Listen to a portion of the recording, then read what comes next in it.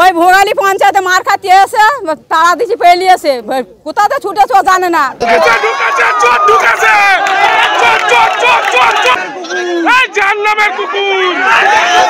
যেটা টিএমসির party office না এটা পঞ্চায়েত অফিস, জনসাধারণের কাজের জায়গা। এটা যদি পার্টি অফিস সওগাত মোল্লা এখানে তো কোনো দায়িত্ব নেই।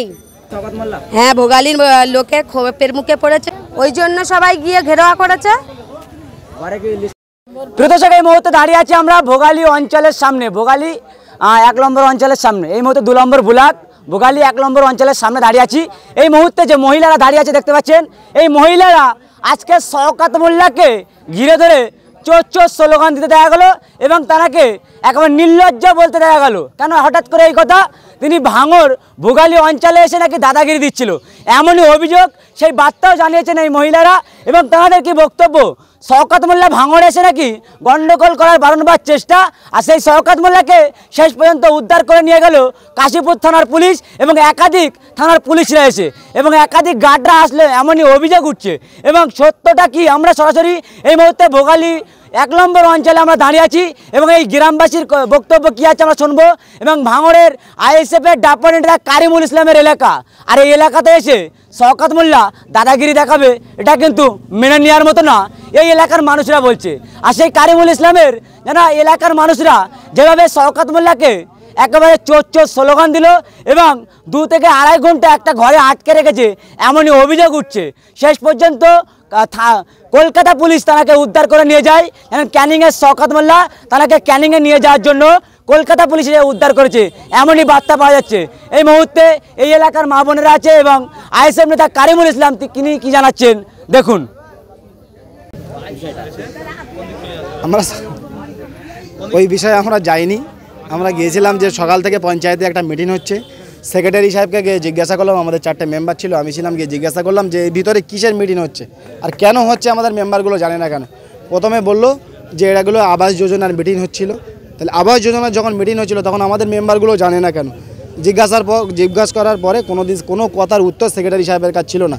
সেক্রেটারি সাহেব তখন প্রধানের কাছে ফোন লাগায়, প্রধান তো উনি সেক্রেটারি সাহেবও জানে না, প্রধান ওনার ওয়াইফ বেহুলা গাইন, উনি বারবার প্রবীর মণ্ডলের কাছে ফোন করছে।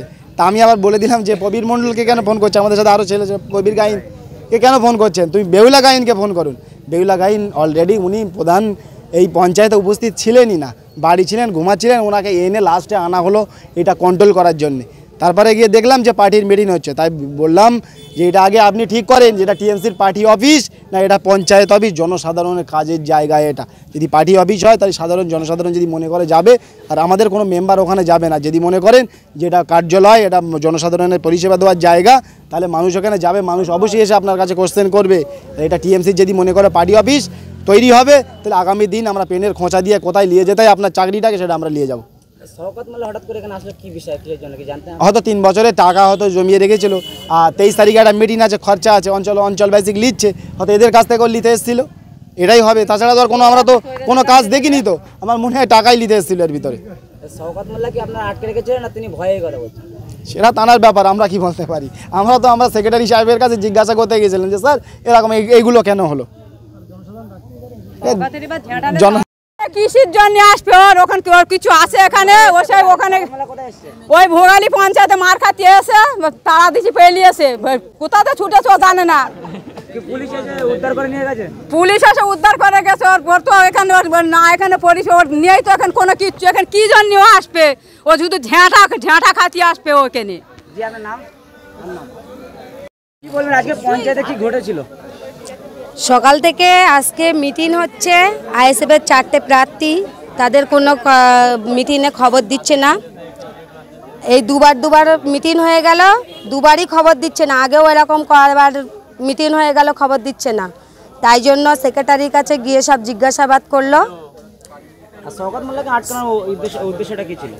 তো এখানে ভাঙড়েতে কোনো জায়গা নেই, ও তো আসার কোনো এখানে জায়গা নেই। শওকত মোল্লা তো তাও এখানে উপজে পড়ে আসতেছে। হ্যাঁ, ওই জন্য ভয়েতে সব বাড়ি কাটছিল সব আর কি, সাজিয়ে সব নিয়ে এসছে, লাস্টে এনে আবার ঘেরাও করে নিয়ে গেল, উদ্ধার করে নিয়ে গেল। কোন গ্রামে ছিল আজকে? ভোগালী পঞ্চায়েতে মিটিং করার কি ওনার কি আছে? কোনো দায়িত্ব আছে পঞ্চায়েতে? তাহলে ভোগালীর মানুষের কি ক্ষোভের মুখে পড়েছে আজকে শওকত মোল্লা? হ্যাঁ, ভোগালীর লোকের ক্ষোভের মুখে পড়েছে, সবার ঘর দিইনি সাধারণ মানুষের, তাদের সবার ক্ষোভ রাগ, ওই জন্য সবাই গিয়ে ঘেরাওয়া করেছে। ঘরে কি লিস্টে নাম এসেছিল? লিস্টে সব নাম কেটে দিয়েছো, আমার পাড়ায় তো সব কেটে দিয়েছে। যারা পাওয়ার যোগ্য তারা পাচ্ছে না, যারা না পাওয়ার যোগ্য তারা চুপিচাপে পাচ্ছে।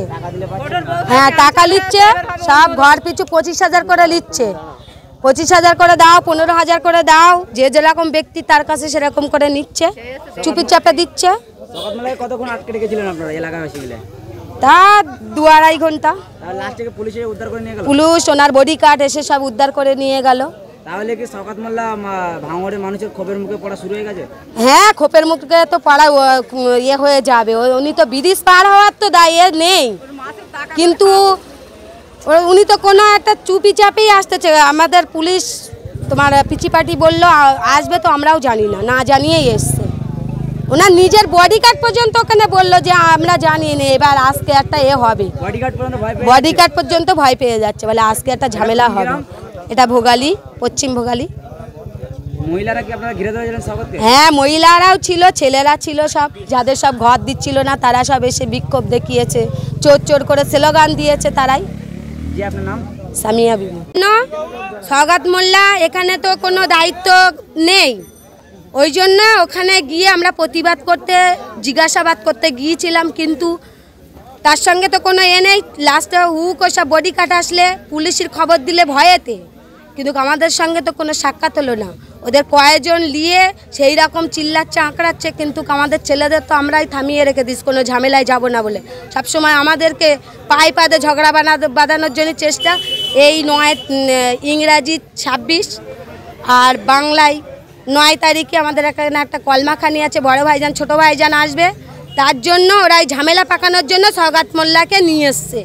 ফের একটা আগে তো ওই অকাপ বিলের জন্য একটা ঝামেলা করে, তখন তো আমাদের কলমাখানির ডেট ছিল, সেটাও করতে দিল না। আবার ফের এই আর 1 সপ্তাহ আছে, সামনে বুধবার, আজ বুধবার আর সামনে বুধবারে কলমাখানি, সেইটা ফের আবার ঝামেলা করার জন্য, সেটা বন্ধ করার জন্য ওরা চেষ্টা করেছে। ওটা ওখানে তো যেটা ভাইজানের নামে যেটা সবসময় বাড়িয়ে বাড়িয়ে বলে, সেইটাই সবসময় করার তো নেই, কিন্তু ওরা তো জোর জবরদস্ত করে করছে। আপনার নাম? সামিয়া বিবি।